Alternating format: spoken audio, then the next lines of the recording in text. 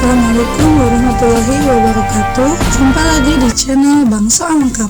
Kali ini kita akan membahas kelas 3, tema 1, pertumbuhan dan perkembangan makhluk hidup, subtema 1, ciri-ciri makhluk hidup, pembelajaran 5.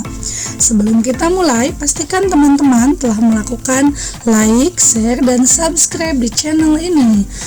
Ya, kita mulai saja. Pembelajaran 5, buku tematik kelas 3.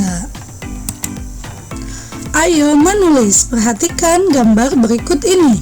Ada gambar nomor 1, nomor 2, nomor 3, dan nomor 4. Bekerjalah dengan cara berkelompok. Buatlah cerita berdasarkan gambar di atas. Buatlah cerita pada tempat yang sudah disediakan di halaman berikutnya. Ceritakan hasil kerja kelompokmu di depan kelompok yang lain. Gambar 1, Udin, Doni, dan Tommy sedang bermain di halaman rumah. Saat Tommy mengais tanah dengan kayu, Doni menemukan seekor cacing. Gambar 2, saat hendak memakan cemilan, Udin mencuci tangan terlebih dulu, sementara Doni tidak mencuci tangan. Gambar 3, mereka bertiga menikmati makanan tersebut selagi hangat. Gambar 4, akibat tidak mencuci tangan sebelum makan, Doni jatuh sakit. Ayo berdiskusi, perhatikan kembali gambar seri di depan. Apa yang dilakukan salah satu teman Udin sehingga ia jatuh sakit? Tuliskan pada tempat yang tersedia. Salah satu teman Udin jatuh sakit karena tidak menjaga kebersihan tangan saat hendak makan, sehingga kuman yang ada di tangan masuk melalui mulut.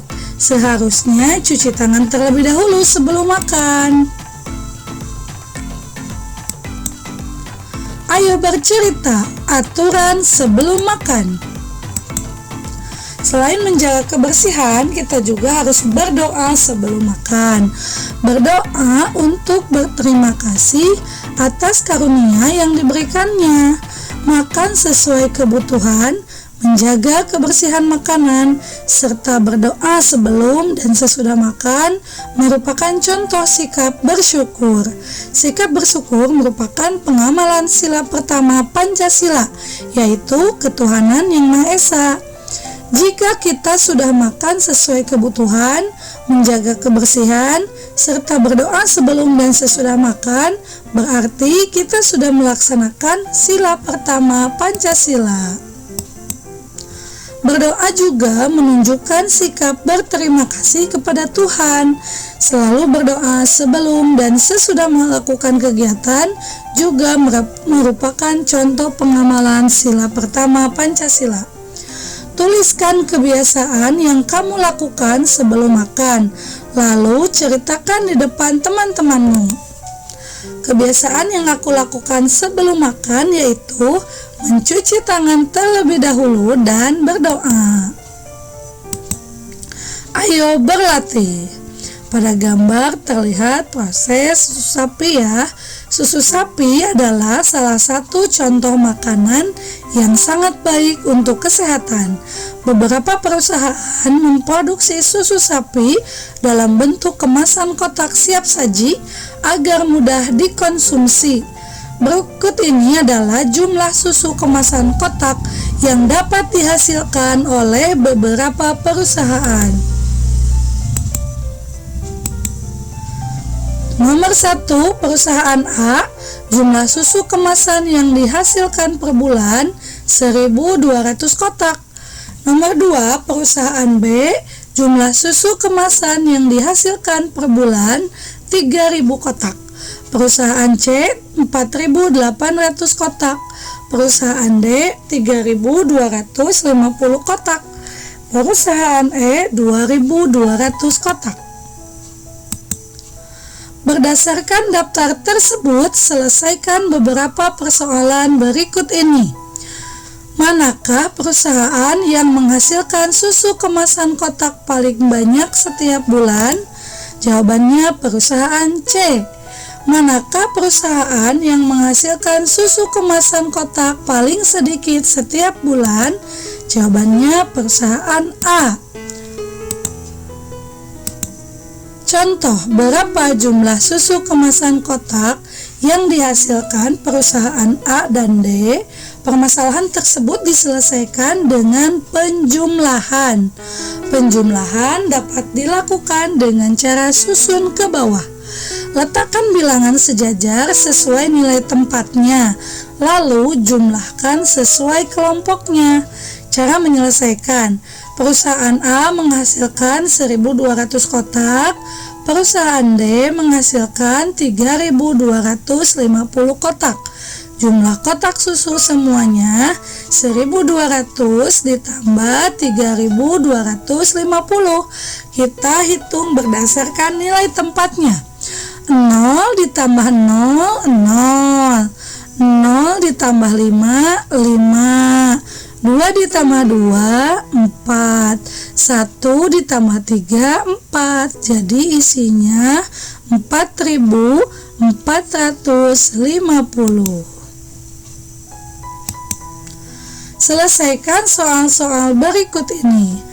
Nomor 1. Berapa jumlah susu kemasan kotak yang dihasilkan perusahaan A dan B?